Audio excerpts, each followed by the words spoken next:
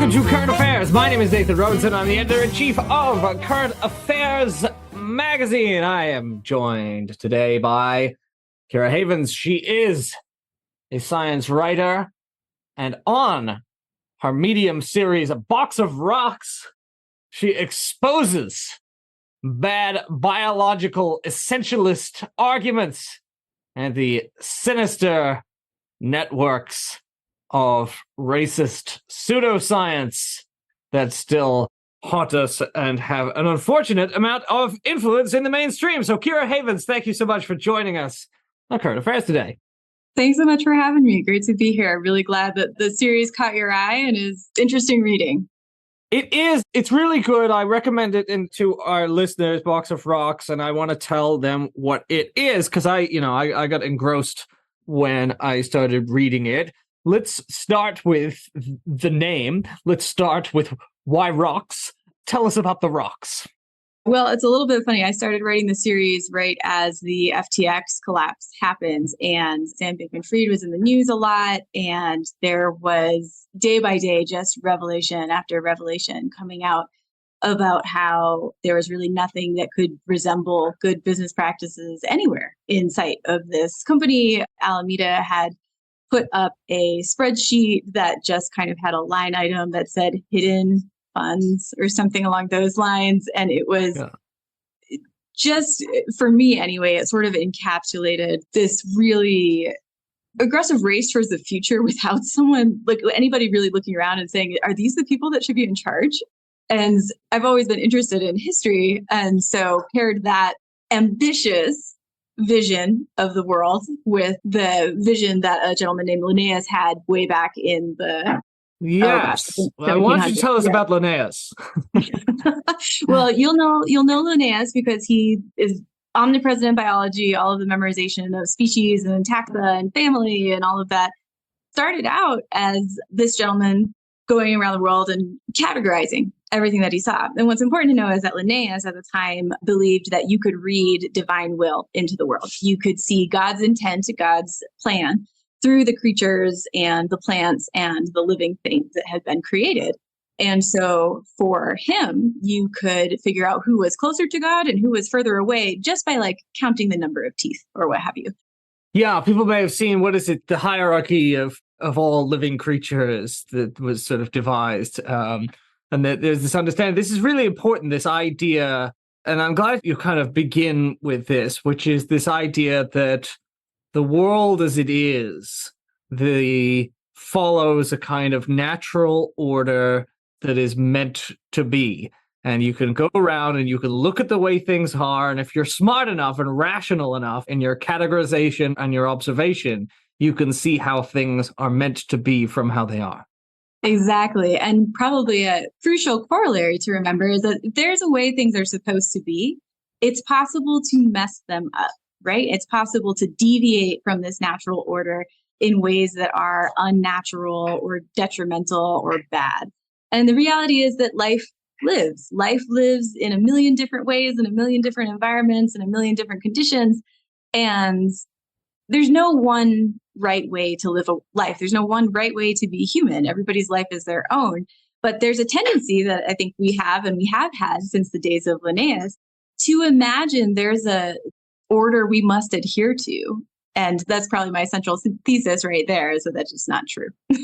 Yes. And I associate this very strongly with Jordan Peterson's infamous Lobster argument, which is to say that you can look at lobster society, you can see the hierarchies that exist within lobster society, you can see how male lobsters behave, and you can discover something about both the way things are and almost, he insists that he's not saying it's the way things ought to be, but it ends up being like, it poses as value neutral. It's just, I'm not saying that in fact, I'm almost saying it's tragic that the order of things is the way they are, that these hierarchies the way they are. I am just pointing out that this is nature. Yeah, just there's the real desire to be the bearer of bad news in that way. This is an argument Steven Pinker has leaned on since the Blank Slate, right? not trying to romanticize anything. In fact, I'd like to take romance out of the equation entirely and really just be like a hard-nosed, adaptive Darwinist and put the message of everything that exists for a reason out there. I guess the question I would have is, well, if you're going to take lessons for nature, why did you pick the lobster, right? Yeah. And if you get closer to us, a lot of folks will lean into chimpanzees. These apes have family groups that can be incredibly violent. There's a lot of aggression. I mean, you could focus on the chimpanzees, or you could look at bonobos, which have orgies before they eat. I mean, like, there are many, many different natural orders out there. And I think it says something about us when they have this somber tendency to pick the worst version of the story as the thing we should really hold up and idolize. You know, I recently wrote a piece about the economist Thomas Sowell, who's a real kind of conservative economist, but he presents himself as just a bearer of bad news. He says there is what he calls the constrained view and the unconstrained view of human nature. The unconstrained view being that, you know, we can tinker with social policy and we can make the world a much better place. The constrained view being the one that the rational, the scientific mind kind of comes to the conclusion that from their empirical observations that, no, the way things are, the power relationships that emerge, these are the tragic product of our nature and you can't do very much about them, so you probably shouldn't try. That is the pervasive attitude, right? I know that everybody will say what is not what ought to be, but they sure spend a lot of time arguing as to why you shouldn't try and change it. I want to go back to Linnaeus there for a moment, because another kind of lesson, if you're starting with Linnaeus, is that people, often men, not always men, but often men, can assume that they are more rational than they end up turning out to be. And you cite one of Linnaeus's more amusing beliefs that I think you have to explain. Absolutely. Linnaeus is earnest. He truly believes that he can read the will of God in the natural world, and he is dedicated to putting things in order and helping us understand our place in this world ourselves.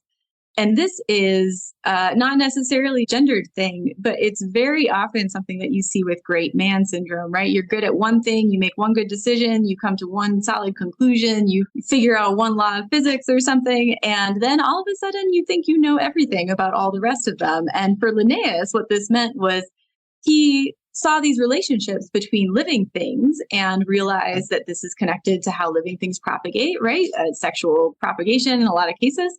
And he decided that meant that it was completely possible for rocks to have sex with one another, and spent some time exploring that theory and promoting it as well. And do we know, I mean, you're a scientist and I'm not, do we know now that that's not true? I believe that to be the case. Has yes. that been confirmed? Could it be that they do it when we're not looking? Always a possibility, right? Always Yeah. a possibility that you turn around and then just boom, weird things happen in the background. Yeah, but as far as we know, Linnaeus was dead wrong on this, but extremely confident that it was a reasonable thing to think. Absolutely. And there are other examples, not just Linnaeus, right? Yeah, we're picking on him a lot. True. But I don't want to limit it just to him, right? There's Newton, who, has the famous needle into the eyeball after looking at physics. Wait, what's the needle into the eyeball? I should have this story. I knew he was an alchemist. I knew he was really into alchemy, but I don't think I know about the needle. But he poked a needle into his eyeball I'm messing up this story entirely because it's just apocryphal, and I will have to look it up for you and your readers. I'll send it over later. Okay. But I can do one much better, and that's Einstein, who could not reconcile his general relativity with quantum mechanics. And quantum mechanics has been demonstrated to be real. And Einstein was very reluctant to even engage with that theory because it was so outside the understanding that he had created. I think it is very good to remain highly conscious and aware that you yourself are human, and knowledge in one thing is not knowledge in all things. Sometimes you'll see this when it comes to newspapers or articles, right? You, with your specialty, will read an article and say, well, that's not right. And then you keep reading the newspaper and sort of accept everything else in it without maybe calibrating for the gaps in communication that have come through. Always good to think carefully about what is being presented and how and who it serves, to kind of blindly believe that or believe in one person or one approach. I have just looked it up because I'm totally fascinated by this. Newton really did experiments sticking a very sharp needle between his eyeball and his eye socket. Thank you. That's what it was. So not quite into his eyeball, but between his eyeball and his eye socket. And as near he wrote to the backside of my eye as I could, till he saw spots in it because he thought he might learn something about how color worked. Well, yes. And someone's got to try. Absolutely. And there's actually a really fascinating conversation between Goethe, Goeth, about color and Newton. And the way we see a rainbow is because of the way the prisms were arranged when Newton was exploring this. And there's a lot of exchange of ideas and discussion and conversation. And this is for sure how human knowledge expands and grows. It's just really important to remember that someone with one good idea can also have many, many unfounded or bad ideas. Actually, Darwin is a great example too. He thought that we had gemmules, which were just like pieces of stuff that flung out of us in all directions. And when they met organism that they could combine with, that's how you ended up like pregnant and exchanging DNA. So that also wrong, as far as I know. Yeah.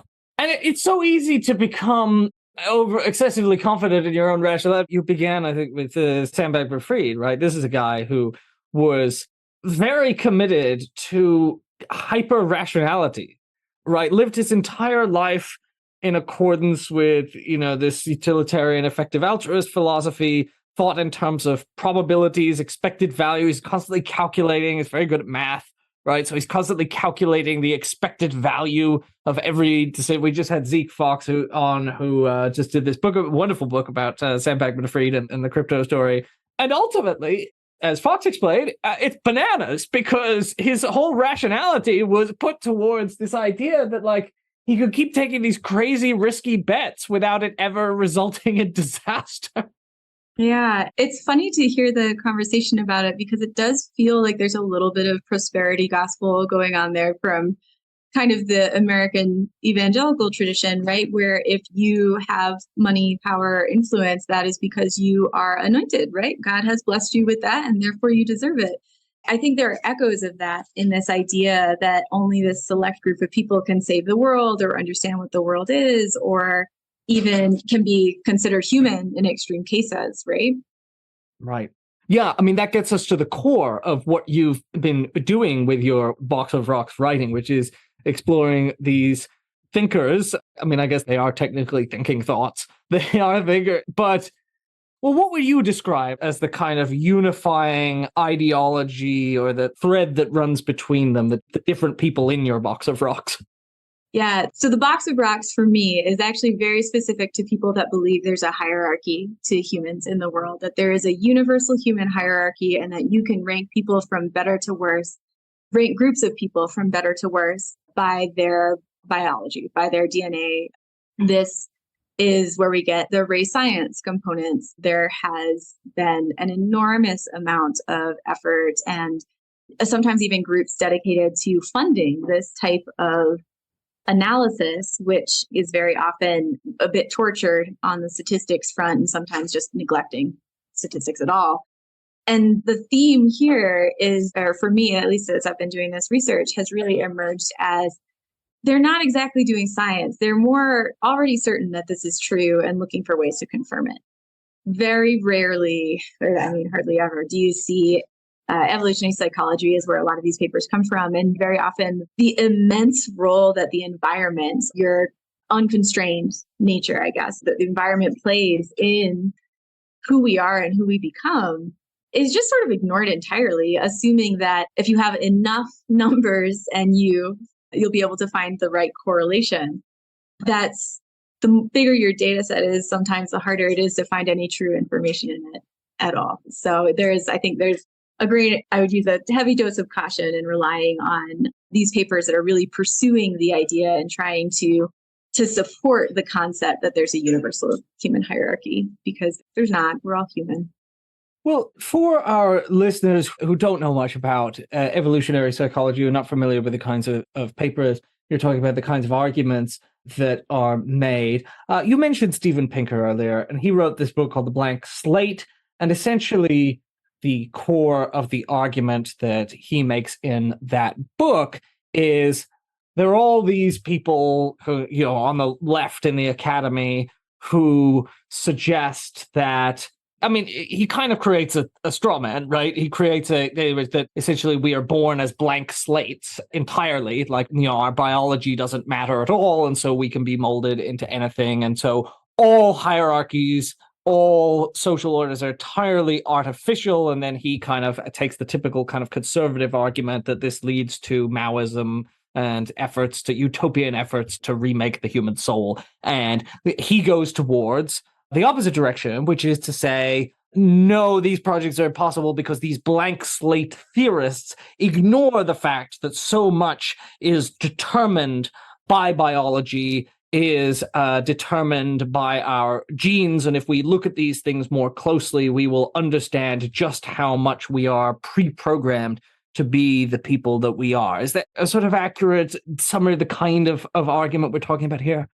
I would say that's the gist of it. And the more I looked into the relationships and the researchers and research that Pinker has supported or put out there into the world and integrated into his own work, I think that when Pinker was joining this world as a linguist, kind of in the early days of his career, he had a very public discussion in the New York Review of Books with Stephen Jay Gould on a number of facets.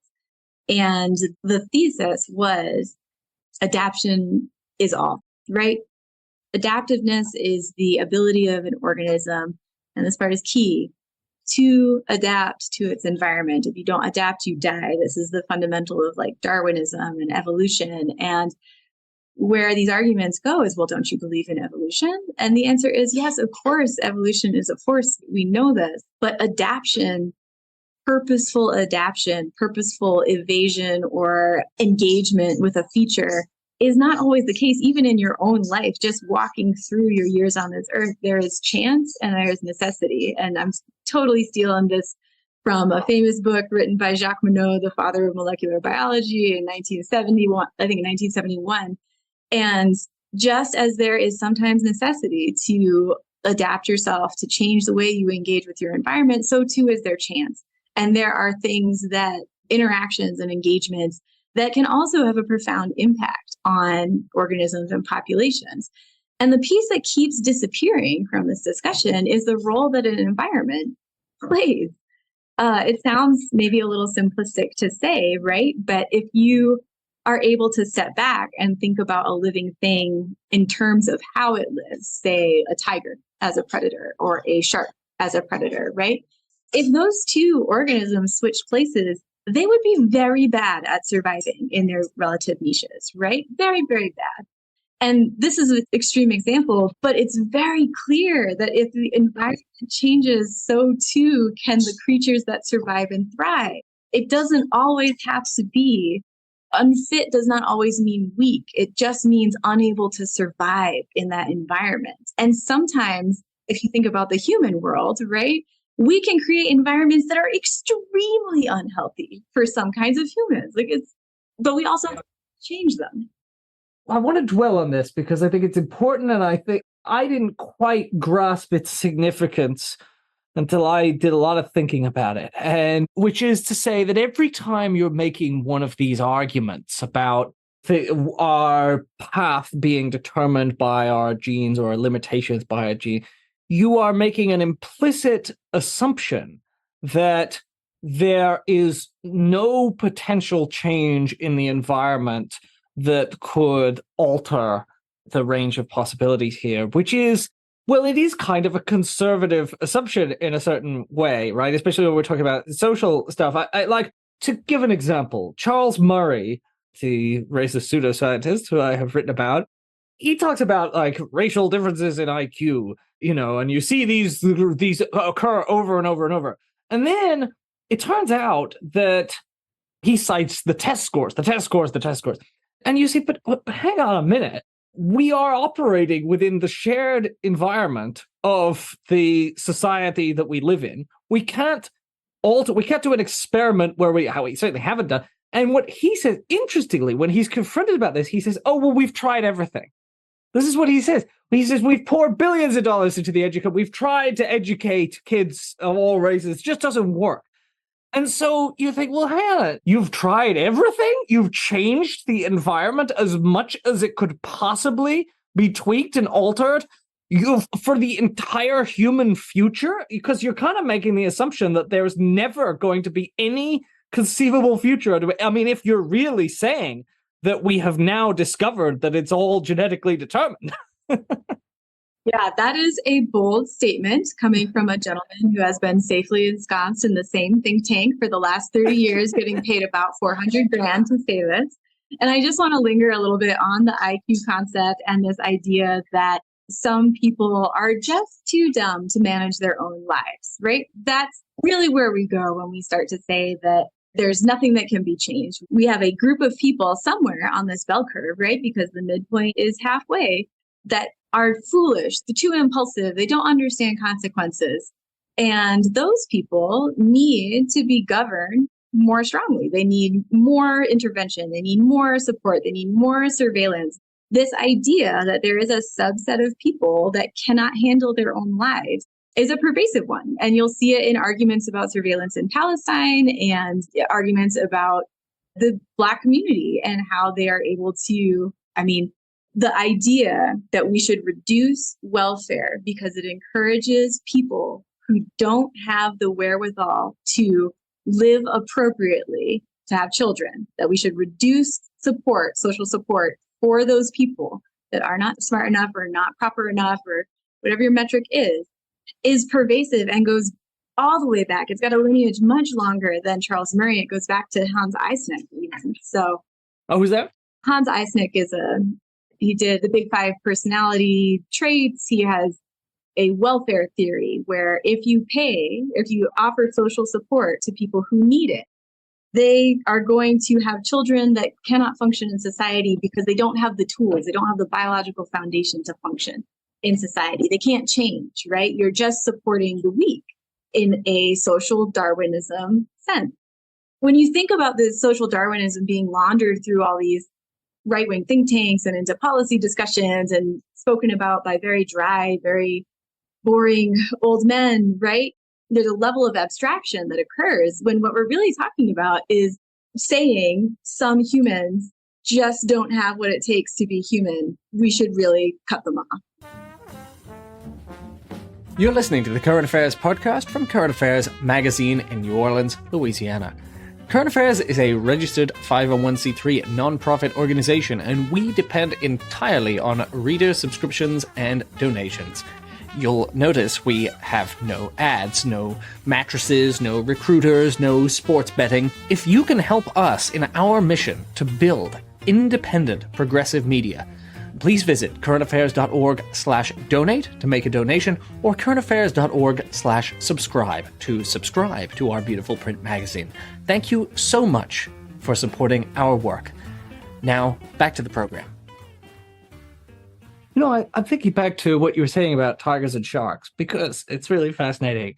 And what's interesting, one of the things that's interesting about that is that it's not non-biological in the sense that, like, a tiger is biologically, determined to be a tiger, right? A tiger, when mom tiger has a baby tiger, like, there is a genetic component to that tiger that's her having a baby tiger instead of a baby shark, right? So there is a determinism there. But what determines whether a tiger is going to flourish or perish is entirely a function. You plunge them underwater, they're going to drown, right? Is entirely environmental. So these two things, which are often seen as opposites, or it's like, which of it is just not the case, because something can be in both entirely biological and entirely environmental, such as the question, will this tiger survive in this environment? Is a question, the answer to which is, well, it depends on the environment and it depends on whether it's got gills or not.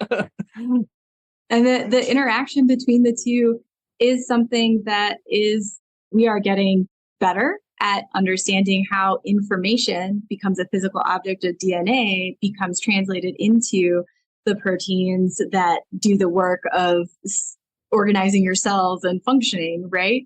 But the interaction between genetics and environment is very real. And I guess I tend to think of genetics more as a floor rather than a ceiling, right? This is your starting point. And just like we were talking about a little bit earlier about the ways that chance and necessity intersect, the beginning point is a place to grow from, not necessarily a limit on who you can be or how human you can be. I would say very plainly that the DNA tells you about the animal of man, right? But your humanity, yourself as a person, is the sum total of all of your experiences, is the organism that is moving through time and living its life and becoming, because we're creatures of change, right? Yeah, I mean, I read this article. There was a review of kind of biological essentialist or genetic determinist book on education that was essentially arguing that some kids are just genetically predisposed to not do as well in school as others. And the conclusion that I came to was, we actually have no way of knowing that, because we don't know what would happen if you designed your utopian school or even a dystopian school that was designed to punish the kids who flourish in our existing school, right? If you just set everything up the opposite way, you really have no idea what the outcomes would be. The outcomes that you see are outcomes that are conditioned on a particular shared environment. And because we don't know the possible ranges of organizing all of those experiences that you describe that we all move through, we don't know our potential. And the only rule, if you can call it that has some staying power is treat everyone as if they were a human, Yes. Like believe in their own humanity, let them define their life. And sometimes what that means is that person is going to say, no, this is not for me. Even if you think it's the best possible thing for them, they can reject it. And that is okay. That is how you start to live your own life and love your life enough that you become yourself. We're constrained by systems in a lot of different directions, expectations and families and social and job. And the process of self-awareness and knowing who you are begins with the capacity for autonomy to say yes or no on your own. And that includes saying no to things that are good for you and saying yes to things that are not good for you. Sometimes those can be very fun, right? I want to get more towards one of the things that comes up a lot in your Box of Rocks series, which is the consequences of different views of human beings. You talk about there are all these people who believe in natural orders, who believe in hierarchies, and you make the case that this is pseudoscientific. Which way you view people is going to have a lot of effect on how you treat people.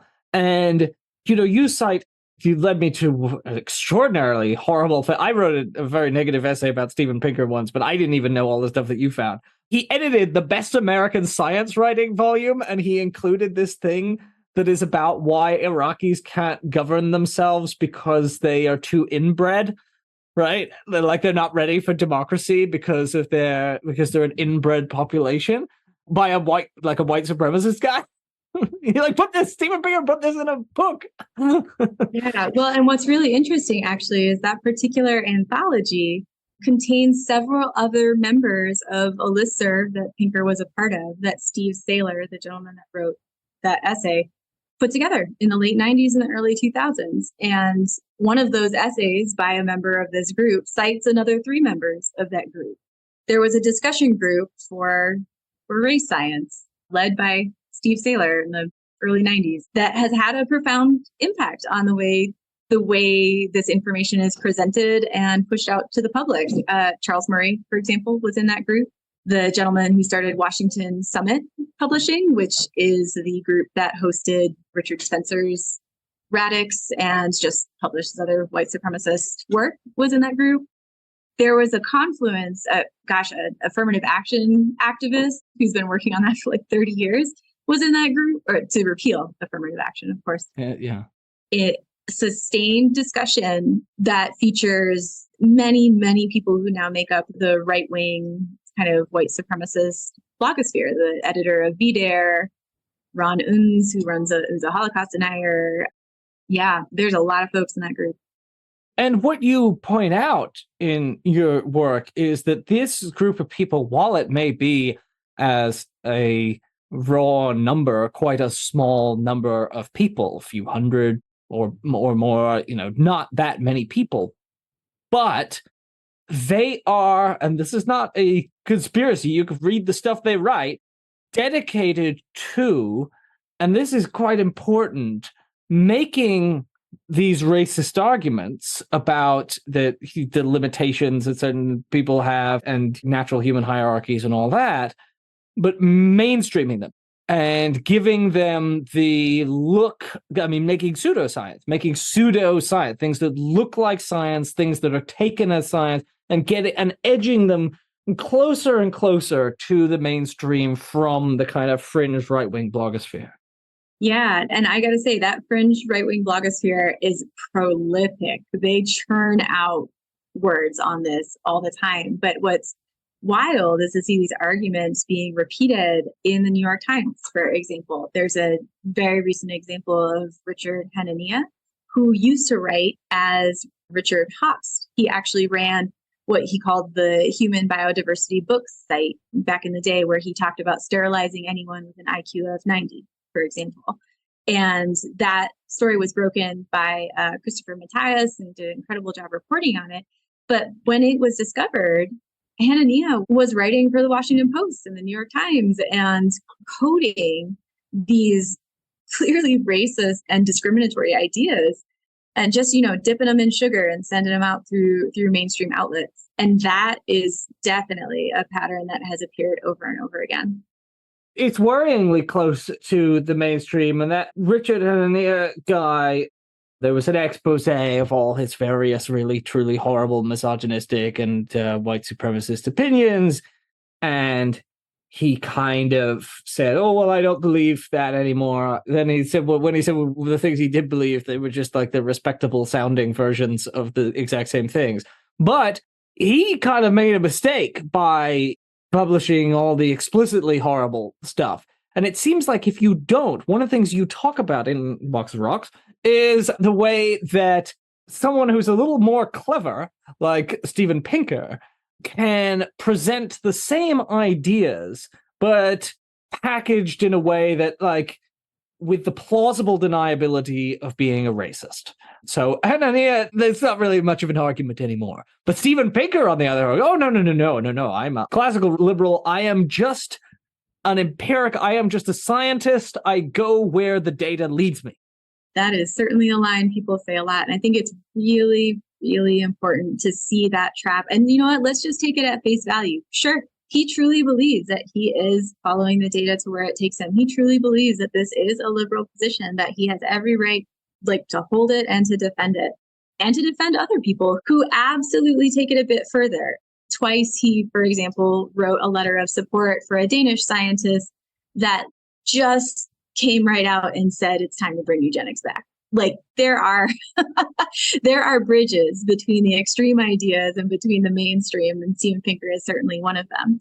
But I think it's crucial to note that it's entirely possible to let these ideas sort of seep into the groundwater of our philosophies and our interactions, right? If we don't stop to say, well, wait a second, it's not some abstract concept of equality that matters. It's not the idea that you are equal to you, or you both deserve equal rights under the law and stuff.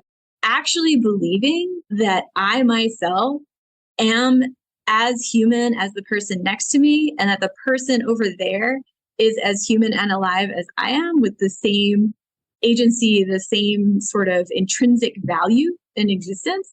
That's the cornerstone of this. So we've used the word white supremacy a little bit, and I know that tends to get people to say, oh, well, bristle at that description.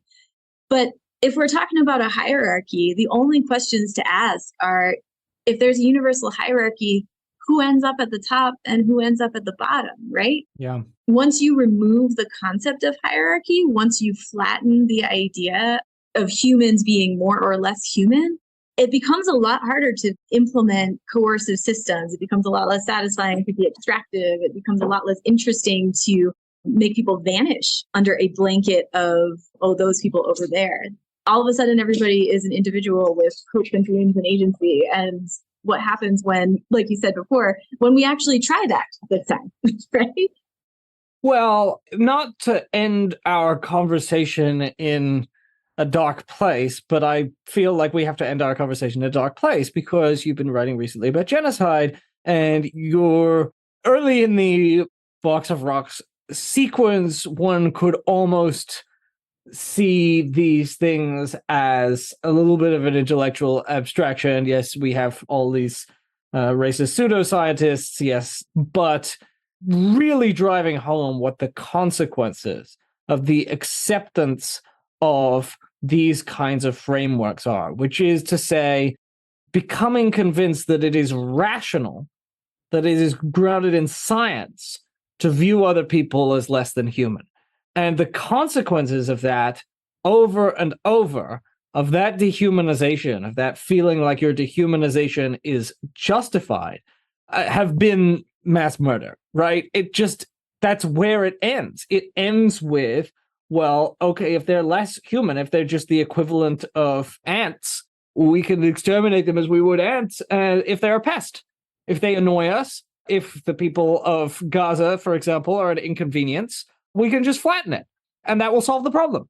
And there's no issue there because we have concluded that their lives just aren't as valuable. Yeah, and not just that they are inconvenient, but that they're an actual detriment to the world that you want to build, separating the us into the people that are making the world, right, and should exist in the world, and the them that are bringing the world down or degrading it. A term for this sometimes is dysgenics, and you'll sometimes hear that bandied about, the idea that our fitness will decrease if we allow inferior specimens to remain as part of this. I think it's worth noting that that particular word was brought up by a transistor, a guy that invented the transistor and got the Nobel Prize, and then got very into eugenics. His name was Shockley. He set up a sperm bank called the Repository for Germinal Choice. And he was obsessed with the idea that humans would be less human if we let inferior humans stay involved. And we talked a little bit about Saylor's current cousin marriage essay. It's worth noting that that essay took about a year to emerge after 9/11.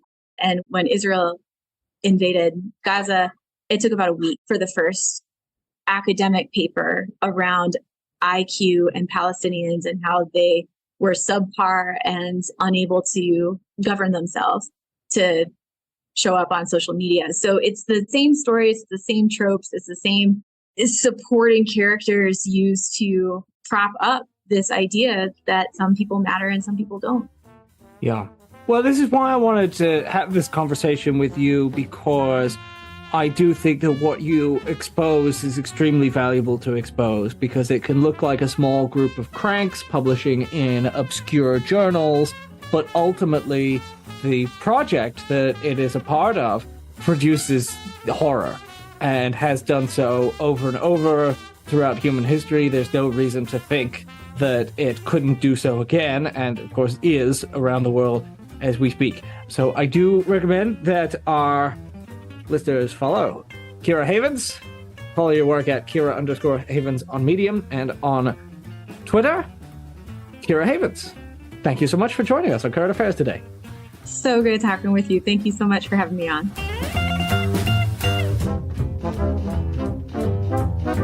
The Current Affairs Podcast is a product of Current Affairs Magazine. If you are not subscribed to Current Affairs Magazine, visit currentaffairs.org/subscribe today and get our glorious print edition. The Current Affairs Podcast is released regularly every week on patreon.com/currentaffairs. Thanks for listening.